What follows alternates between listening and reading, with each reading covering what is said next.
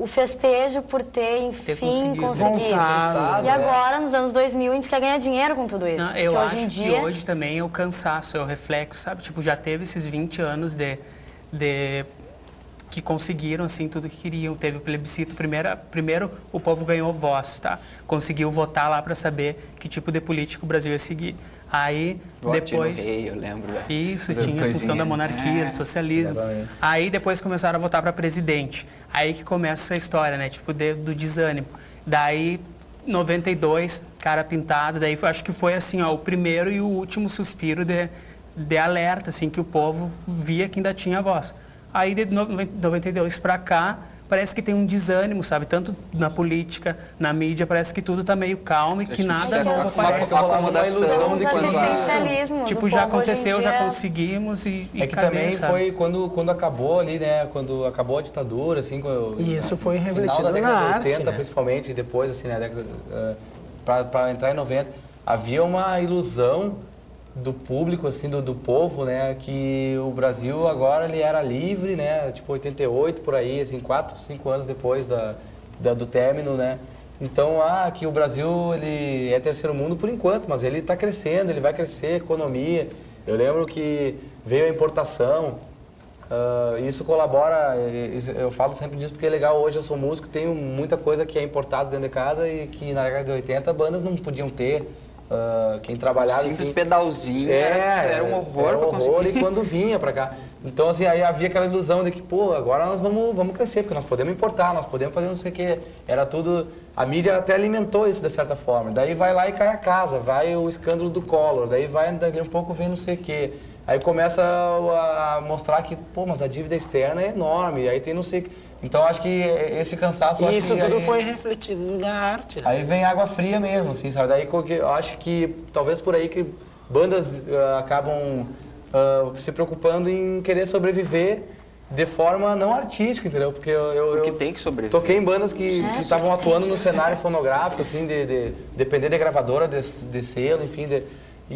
Acontece de tu ter um produtor musical, entrar pra dentro de um estúdio e haver aquela preocupação assim, ó, pô, a tua música... tu vai e apresenta a música para um produtor, para uma gravadora, e aí a única coisa que acontece é vende ou não vende, entendeu?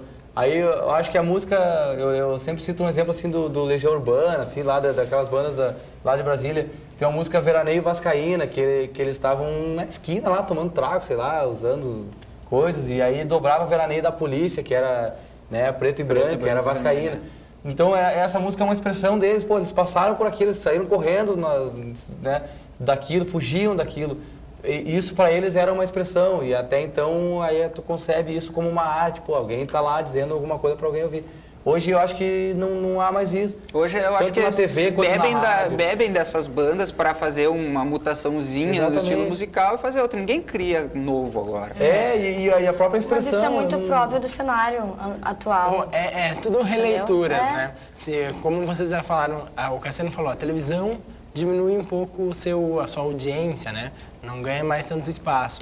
Temos as tecnologias de informação geradas por causa do boom da internet e tudo no mundo, agora ainda mais com a crise mundial instaurada e com os olhos para a China, onde lá tudo é copiado, o mundo passa por um momento que eu vejo onde as coisas são copiadas no sentido de releitura, quer dizer, se relê tudo, não se cria nada literalmente novo, mas se faz uma leitura moderna que possa vender. Daí o brega ressurge. Que possa vender. Do programa. Que possa vender, por exemplo, festas bregas, as pessoas gostam daquela música, nem querem saber o que significa. A própria TV com o Renato Aragão, assim, né, e Mazzaropi. Eu ia dizer o Didi. O Didi é o mais brega que veio na minha cabeça, que faz parte do meu dia a dia. Didi, ele tem esse rótulo, assim, mas assim, eu voltando a falar da produção do Didi na década de 80, eu vejo aquilo, assim, parecia que tinha uma sede de fazer, porque eles não tinham, pelo que eu sei, assim, até então, era muito pouco recurso, era muito pouco espaço, muito pouco apoio, né? Então, assim, por isso que isso é engraçado. Eu tenho uma admiração enorme por ele, enfim, pelo próprio Mazzaropi, por pessoas que lutaram para tentar ser engraçado, mesmo hoje olhando e não achando. Hoje não, hoje há recursos, há isso, há aquilo e a preocupação comercial. A exploração do corpo das pessoas. Exatamente, é o comercial, entendeu? Pô, mostrar uma bunda na TV dá mais ibope do que o Didi, né? Mas claro que o Didi ainda tem o espaço dele, tem reconhecimento, né? Ele tem um rótulo, o Didi fala errado, ele é isso, ele é aquilo. Mas é um cara formado em direito, um cara que tem uma certa ligação com música porque estudou piano, é um cara que tem um padrão de vida social. É tudo isso. E voltando também, que eu falei no inteligente. início, da hipocrisia do povo, tipo, deixa um dia depois as pessoas morrerem para depois reconhecerem.